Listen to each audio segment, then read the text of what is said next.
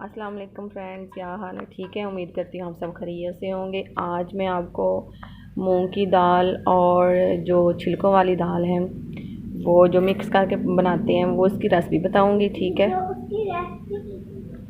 सबसे पहले हमने ये एक कप जो है ना वो मूंग की दाल ले लेनी है।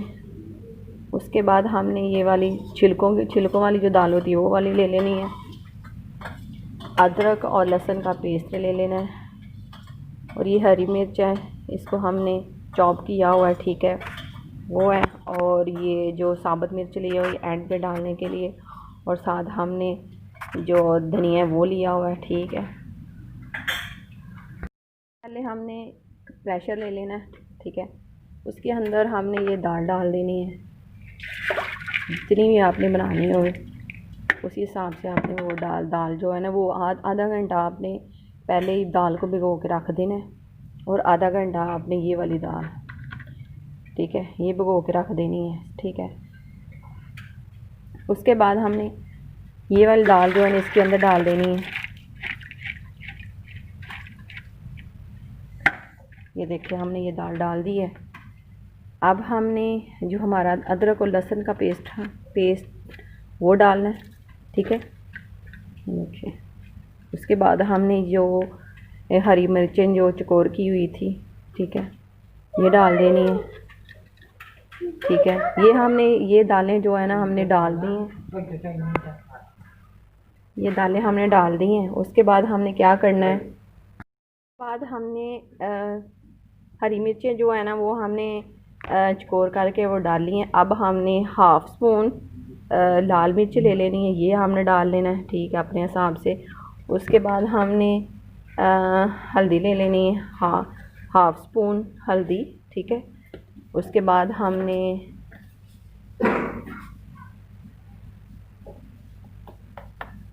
हाफ़ स्पून नमक ले लेना है। बाद में हम इसको फिर चेक कर लेंगे। ये देखिए हाफ़ स्पून हमने नमक ले लिया है। ठीक है, अब हमने इस पे पानी ऐड करना है। जितना आपने पानी ऐड करना है उतना पानी इसमें ऐड कर ले। ये देखिए हमने यानी कि आपने एक मग्गा जो है ना ये वाला, ठीक है, ये पानी का ऐड कर लेना है इसके अंदर। ठीक है, ये हमने ऐड कर लिया। आप अपने हिसाब से पानी इसमें ऐड कर सकते हैं। ठीक है, ऐड करने के बाद हमने इसको प्रेशर को बंद कर लिया, और 10 से 15 मिनट के लिए हमने इसको पकाने के लिए रख देना है। ये देखिए फ्रेंड्स, हमारी जो दाल जो है ना वो गल चुकी है। ये देखिए, ठीक है। अगर आपने इसके साथ चावल बनानी है तो फिर आप इस तरह गैस दाल रख सकते हैं। ठीक है, तो अगर आप इसके साथ आपने रोटी बनानी है तो आप इसका पानी कुछ और करके मज़ीद तो आप अपने हिसाब से बना सकते हैं। उसके बाद हमने क्या करना है, इसके ऊपर हमने ये ढक्कन लगा देना और इसका तड़का लगाना है। ये देखिए फ्रेंड्स, हमने क्या कहते हैं लहसुन और जो है वो प्याज, उसको हमने बारीक बारीक चॉप कर लिया है, यानी कि अपने हाथ के साथ हमने इसकी कटिंग कर ली है।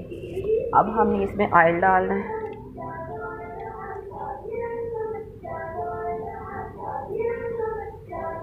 ठीक है,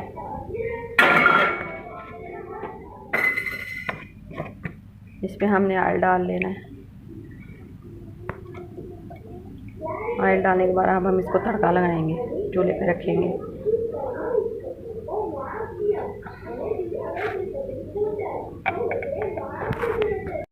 फ्रेंड्स, हमने तड़का लगाने के लिए ये हमने चूल्हे पे चढ़ा दिया। ठीक है,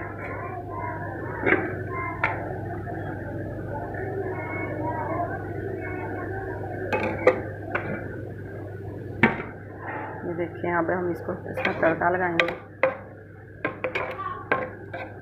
ये बहुत ही आसान और बहुत जल्द पकने वाली रेसिपी है। ये बहुत ही जल्द पकने वाली दाल है। ठीक है, ये आप 10 मिनट में आपकी दाल जो है ना 10-15 मिनट में आपकी दाल बिल्कुल रेडी हो जाती है।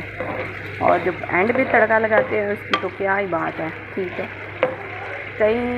कुछ लोग तो पहले ही तड़का लगा के दाल डाल देते हैं, तो जो एंड पे वैसे जो तड़का लगाने का जो लगाते हैं उसका अपना ही मज़ा आता है दाल का। तो आप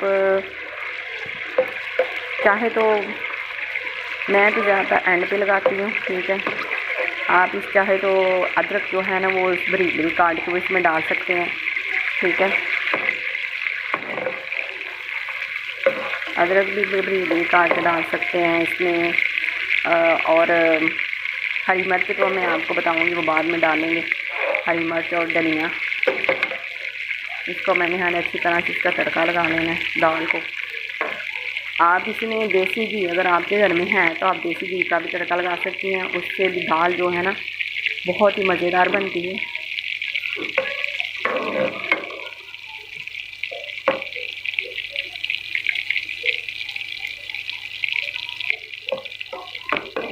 माश और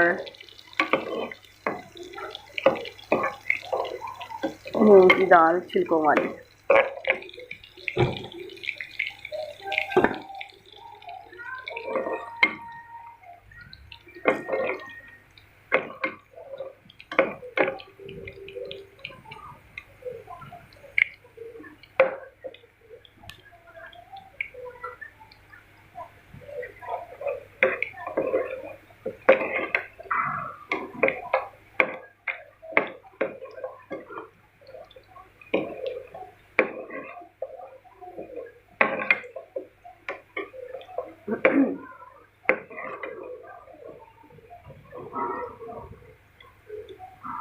जब ये ब्राउन हो जाएगा फिर हमने इसको इस दाल के अंदर हमने ये जो है ना डाल देना है प्याज और लहसुन। ज़्यादा ब्राउन नहीं करना आपने।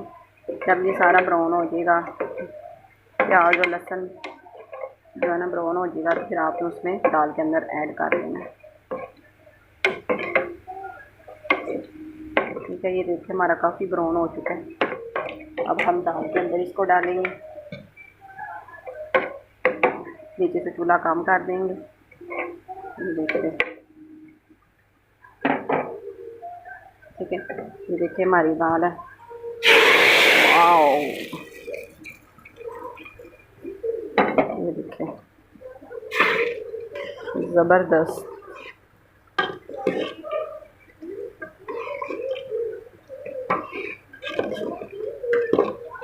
फिर इसमें हम बस दाल ऐड करेंगे और जो बाकी जो साथ लगा हुआ है वो भी उतरेगा ऐसे। नीचे से चूल्हा हम बंद कर देंगे।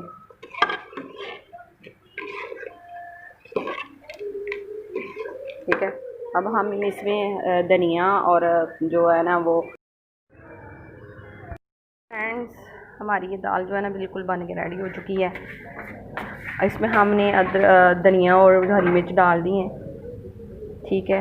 देखिए, अगर आपको हमारी आज की वीडियो अच्छी लगी हो तो प्लीज़ सब्सक्राइब करना, लाइक करना और शेयर करना बिल्कुल ना भूलिएगा। और हमेशा की तरह दुआ में याद रखिएगा। अपना ढेर सा ख्याल रखिएगा, ठीक है। अल्लाह हाफिज़।